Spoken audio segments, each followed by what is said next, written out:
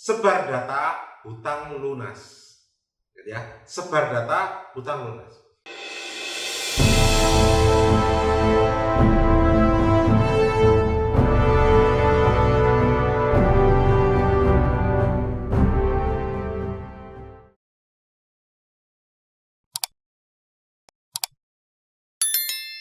Masih dengan saya Ahmad Junaidi. Pada kesempatan kali ini saya masih membahas tentang masalah pinjaman online, yaitu slogan yang saya cetuskan, sebar data hutang lunas. Ya, sebar data hutang lunas. Nah, slogan ini saya bikin bukan tanpa dasar hukum sama sekali, tetapi ada dasar rentetan hukum. Jadi begini, para korban pinjol atau pelaku pinjol. Kenapa kok atau Pak? Karena bagi saya, Anda itu seorang pelaku, bukan korban. Korban itu orang yang tidak tahu tapi diapa-apakan. Contoh korban pemerkosaan gitu ya.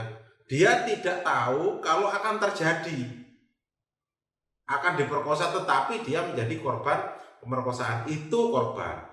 Kalau Anda tidak, Anda pelaku pinjaman online, tetapi tidak tahu kalau dampaknya seperti ini ketika itu tidak bayar.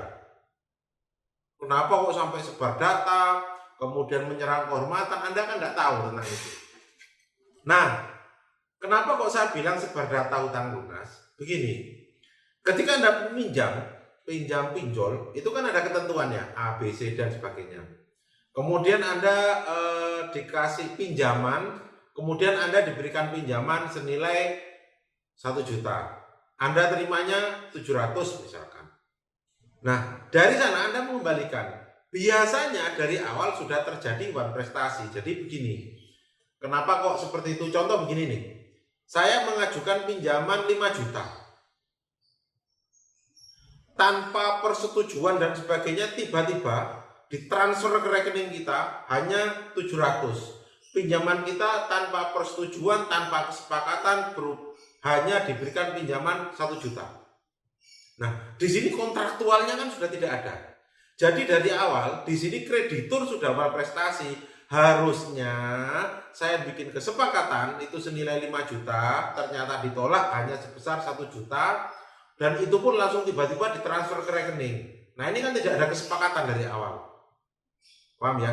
Jadi kesepakatan di awal, kreditur, pinjol, fintech sudah wan prestasi sejak awal. Satu, mengenai nilai pinjaman. Yang kedua, mengenai jangka waktu. Seringkali kita minta pengajuan 3 bulan, tiba-tiba diberikan waktu 7 hari tanpa persetujuan kita. Di situ yang muncul hanya tentang nilai tagihan, jadi A, B, C gitu ya. Bulan sekian, tanggal sekian, itu tiba-tiba muncul. Sisa pinjaman, jatuh tempo, itu muncul semua. Nah, dari sini sudah kreditur itu, pinjol itu, fintech itu sudah wan prestasi sejak awal. Nah, kemudian jatuh tempo. Ketika jatuh tempo, kita tidak bisa bayar. Nah, kita dianggap wan prestasi. Dia sebar data kemana-mana. Itu pun juga sudah wan prestasi. Karena apa? Dalam perjanjian awal tidak disebutkan apabila kita gagal bayar maka data kita akan disebar. Itu sudah bentuk wan prestasi. Kita wan prestasinya 1, kita tidak bayar. Dari pihak kreditur bagaimana? Dari pihak kreditur juga wan prestasi dengan menyebar data, menteror kontak, di mana hal itu tidak kita perjanjikan sebelumnya.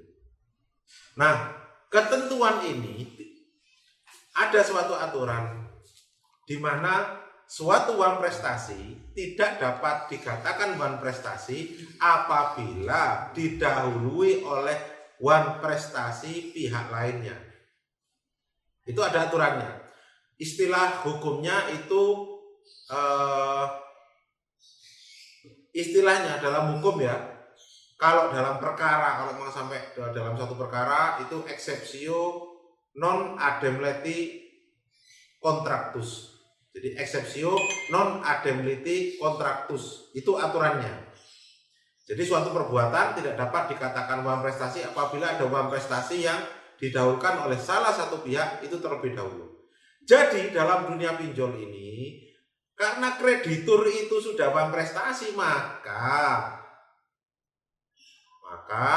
ketika kita dinyatakan paham prestasi, ketika kita gagal bayar, kita tidak bisa dikatakan kita paham prestasi karena didahului oleh pihak fintech yang melakukan one prestasi. Ketika dia melakukan one prestasi, contoh sebar data dan sebagainya, wah itu sudah one prestasi lagi.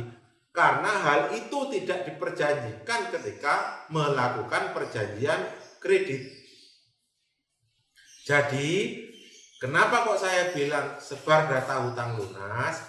Karena ketika pinjol melakukan tindakan sepihak, nyebar data Anda, menteror seluruh kontak data Anda, maka kita juga bisa melakukan tindakan sepihak, yaitu menganggap hutang kita lunas, sehingga Anda tidak usah bayar lagi, Anda ajak ribut aja debt kolektornya.